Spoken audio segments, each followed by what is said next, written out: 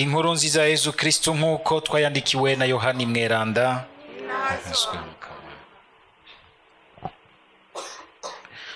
Muri rya minsi Yesu yasubiye kwiyereka abigishwa biwe ku nkombe y'ikiyaga ca Tiberiyadi nguko uko vyagenze. Simoni Petero, Toma bita Didimo, Natanayeli w'Ikana mu Bugarire, bene Zebede n'abandi bigishwa babiri bari kumwe. Simoni Petero ababwira ati ngiye kuroba. Bamubwira bati natwe turajanye. Baragenda rero baja mu bwato, ariko muri iryo joro ntaco baronse.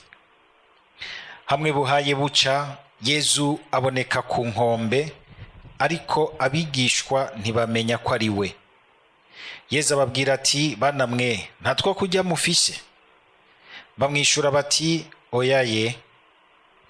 Ababwira ati terere urusenga iburyo bw'ubwato muraronka. Bararuterera bica birabankira kurukwega kubera ifi isinzi. Wa mwigishwa Yesu yakunda niko kubwira Petero ati n'umukama. Simoni Petero yumvise ko ari umukama, acara kenyera impuzu kuko yari gusa, araheza yisuka mu kiyaga. Abandi bigishwa bari hafi y'inkombe nk'imetero 200 gusa, baza mu bwato bakwega urusenga n'ifi. Bashitse imusozi babona umuriro w'amakara uriko ifi n'umukate. Yesu ababwira ati zana zimwe muri izo fi murovye. Simoni Petero asubira mu bwato akwegera imusozi gwa rusenga guzuye ifi nini 153, kandi naho zari nyinshi uko urusenga ntigwashwanyutse. Yesu ababwira ati ingo mwikura ubucugu. Nta numwe mu bigishwa yubahuka kumubaza ati urinde, kuko bari bamenye neza ko ari umukama. Yesu aregera, yakira umukate arawubagaburira n'ifi atyo nyene. Uko niko Yesu yabimenyesheje ubugira gatatu amaze kuzuka mu bapfuye. Iryo ni ijambo ry'umukama.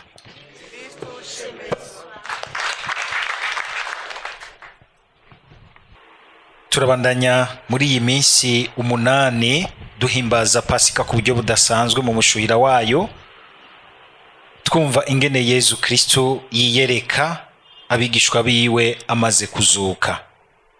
Twarumvise ingene yatanguye kwiyereka babakenyezi baje ku ruhafu, ariko sinzi ko mwabibonye neza. Yesu ntabiyereka ari mu mva na gato, abiyereka hanze y'imva. N'imiburibura agapfuma hagarara gatonya ku rwinjiro rw'imva, kugira ngo abumvishe yuko atakiri mu mva, batobandanya bamuronderera mu mva. Ni muzima, yazutse, ntakiri kuzimu, yaje ari mu buzima bwabo.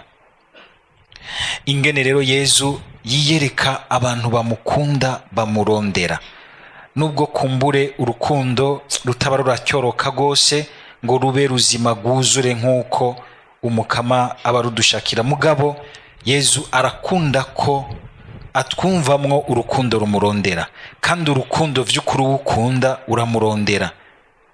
Urumva ko umukumbura, urumva ko ego wo mwumva hafi yawe. Mbere Yesu niwe musa twokwama dusaba kugumaniriza inkumbu zidasanzwe, kugira ngo inkumbu za Yesu zimenye kuza ziracyorora inkundo dusangira hagati yacu. Murabona uyu munsi nabo bahuka n'abapatiri, ugasanga kaza umuntu arakubwiye ngo ndagukumbuye, agaca kurungikira gwa rutima rutukura rudidagiza. Ubwo rurimo Yesu ubwo? Si bibi, mugabo kwama twumva yuko ubwo dukundana gova mu kurondera Yesu, tukaronderana kuko twumva ko turondera Yesu. Niwe kanovera, niwe buhigwe, niwe kumbure usanga umenga turarondera turashaka tukibaza yuko dushobora guhazwa n'urukundo rw'umuntu. N'umugabo wawe n'umugore wawe ntashobora kuzuza ikinogo cy'urukundo ufitiye ubuhigwe.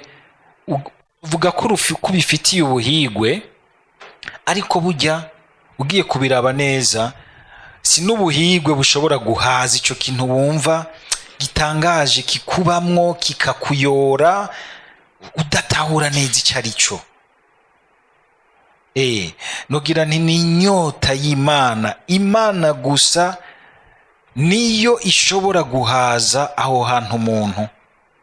Hari uwibaza yuko mu kunywa inzoga za yose akiyuzuza inzoga z'ubwoko bwose ko azokumumenga arashikira ubwo buhigwe. Wapi, kuko ni Imana iri kwiraguhamagara ukayitiranya n'inzoga n'akayeri.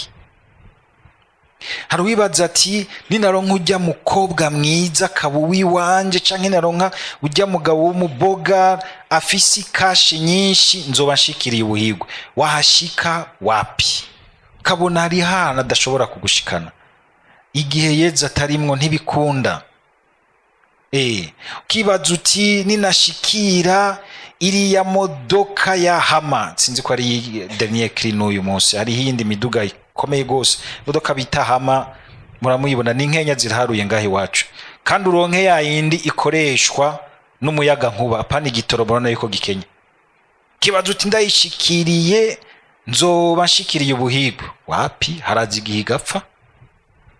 Kandi muze murabe kenshi ushikiriye ikintu wariko wibaza uti ndagishikiriye nzocangira nti ashi, uza wumva haciye akanya gatumenga biraheze, kumva umenga ushaka ikindi.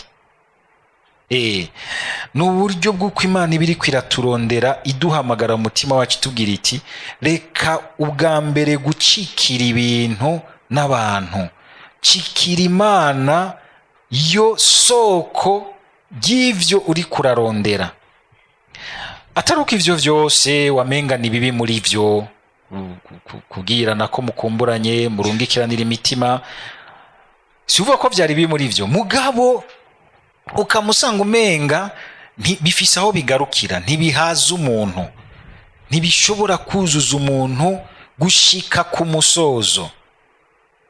Mbere n'umugabo wawe canke n'umugore wawe mwahanye isakramento, igihe urukundo rwanyu rutagumye rurangukira muri iryo sakramento, haragera igihe umuntu agashobora kwicuza akibaza ati ubwo sinihenze. Hari abarabaza bakatubwira ati ubwo sinihenze gapati, pati wa mugore wampa yantaye hanze. Aho mahanga mu Buraya abagore baratahanze abagabo. Ese vyohera hariya ntibizi no mukama. Ngo wa mugore wampa nije namuguhaye, si wamuzanye ngo ndabahezagire. Mugabo winjira ukinjiramwo ukabona yuko ni kwa kuntu bagenda bitiranya icari c'ubuhigwe, akabona umenga niyabana n'uwundi deje mbiro, kuko batigera bamana ngo batsitarane ko kenshi nkujya bamana yibaza ngo ntihazobashikiriye ubuhigwe. Mugabo uko bakwegana hakagira igihe nawe nyene akumva ati ico menga ico nshaka sindakironka muri uriya muntu.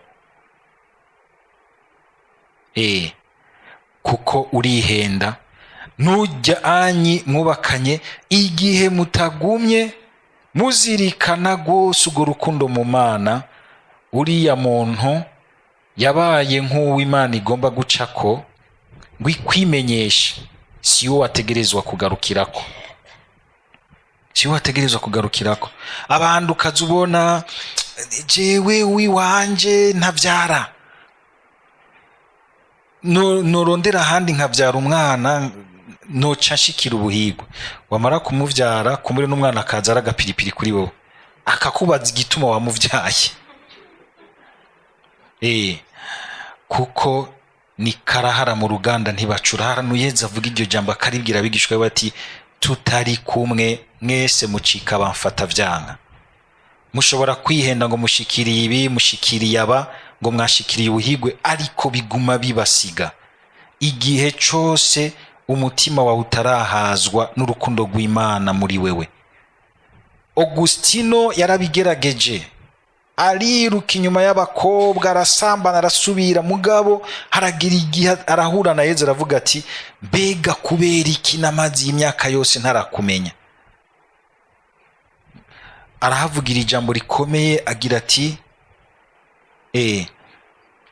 umutima wanje nta na rimwe wigeze wumva ko ushikiriye uburuhukiro bushitse ntarakumenya. Uko rero Yezu yiretse ba Mariya Madalena bamuronderana urukundo rwinshi, akaza arakuza urukundo rwabo rutyorora. Natwe tumenye gusaba Yezu ngo atyorore bene ivyo byifuzo bikaze biri mu mutima wacu, bitwibutsa yuko vy'ukuri burya n'inzara n'inyota vy'Imana babiri muri twebwe, kugira ngo nubwo turondera kuza turifashisha ibintu n'abantu vya hano kw'isi, twumve yuko tubikoresha mu ntumbero y'ukurondera we hejuru ya byose, no muri vyo ko turiko dushaka gushikira we.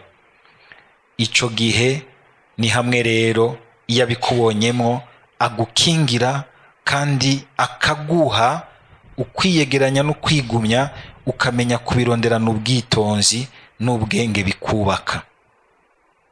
Ubwitonzi n'ubwenge bikubaka. Twarumvise kandi ingene abonekera babigishwa babiri bari kunzira. Aho hose Yezu azarabasanga birafise ico bisigura, ingene Yezu ari kunzira y'ubuzima bwacu. Hamwe nyene mbere mu myiheburo akatwereka yuko mu kwihebura, muri ivyo vyose biguhanze, muri ivyo vyose umenga wari warashize mu mwizero wawe ariko bikayoka bigatemba urorera, kugaruka mu ijambo ryiwe, kugaruka muri Ukaristiya, akakumanyurira umukate, akagukomeza, akagusubiza akanyamuneza gashasha kukubaho ubuzima bwawe. Hagema niyumvira ni nkuba imisazi, inkuka z'imisazi zohagarara ku isi yocimera gute? Isi yomera gute? Ubwa gatatu turabona ingene yimenyesheje abigishwa bakoraniye hamwe, bariko barabwirana bahana amatemanyaje bati namubonye, yanyeretse uku, twamubonye, yatwiretse uku. Yiyeretse na Petero, ingene Yezu yagiye arabiyereka. Igihe turi hamwe, dusengera hamwe, turonderera umukama hamwe, tuyaga ivy'Imana hamwe, Yezu araza hagati yacu, araza akatwimenyesha. Naha rero tumaze iminsi twumvise ngo yaraje arabiyereka, arabaha amahoro, araheza kandi aramanyura agapande k'agafi akarya barorera kugira ngo bamare amakenga, kuko bibaza ngo babone icijiji. Ubu naho turumvise rero ingene abasanze ku murimo w'ubuzima bwabo bwa misi yose. Harimo inyigisho zibiri zikomeye nagomba ko tugarukako. Ubwa mbere, Petero kumwe koko yarakunze kuba ari we umenga aratwara abandi mu migwi y'abantu bose, bamusanga umenga hariho umuntu umenga asokoroka, iyo avuze bose bagaca bakurikira, ngiye kuroba ngo natwe turaje. Muraba mu migwi muri musanga bene abo bantu bariho. Yezu yaramwumvisemo ico kintu, amushingira ko ekleziya yiwe, mugabo n'umugambi yaramufiseko. Agira ati ngiye kuroba, bose baca baramukurikira. Yezu aca basanga ngaho, kandi bari bahejeje kuroba ijoro ryose ngo ntaco bafata.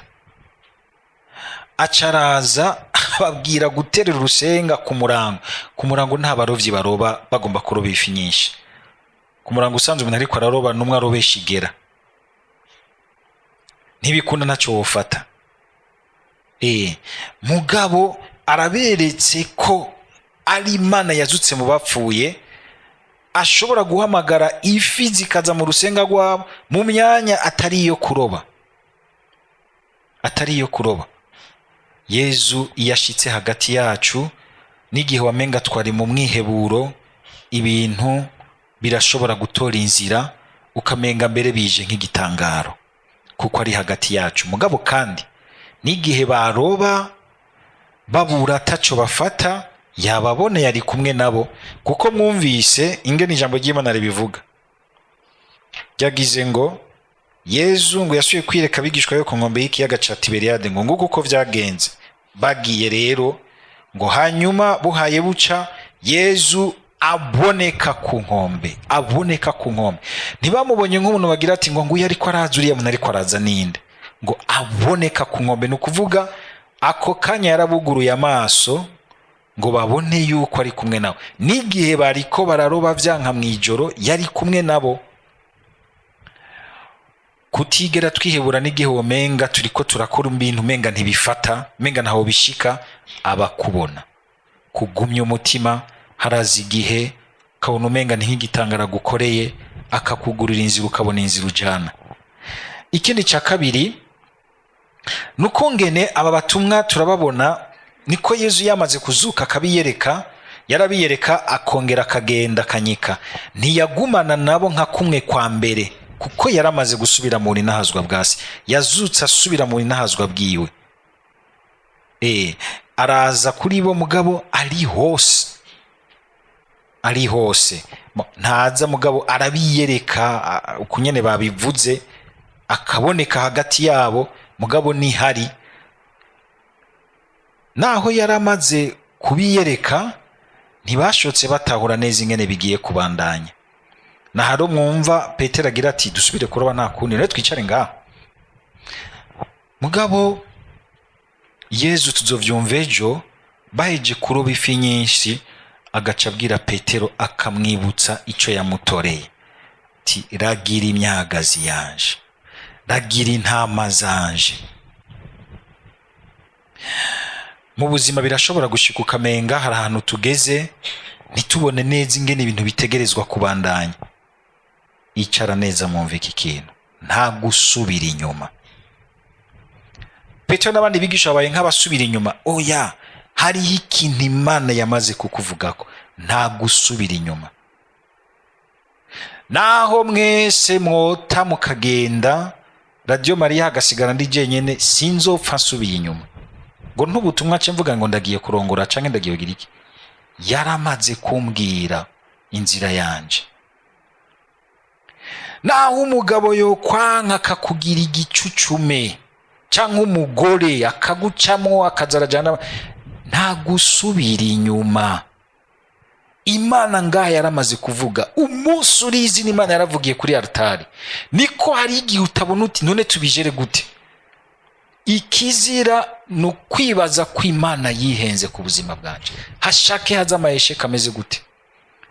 Ni hashake hazi ibiki, naramaze kumva wa munsi, naramaze gushira ko voile ngo ndagiye guta ngo ndubunye umugabo afise amafaranga ngo tujane. Ugiye he? Ugiye rindira kabiri.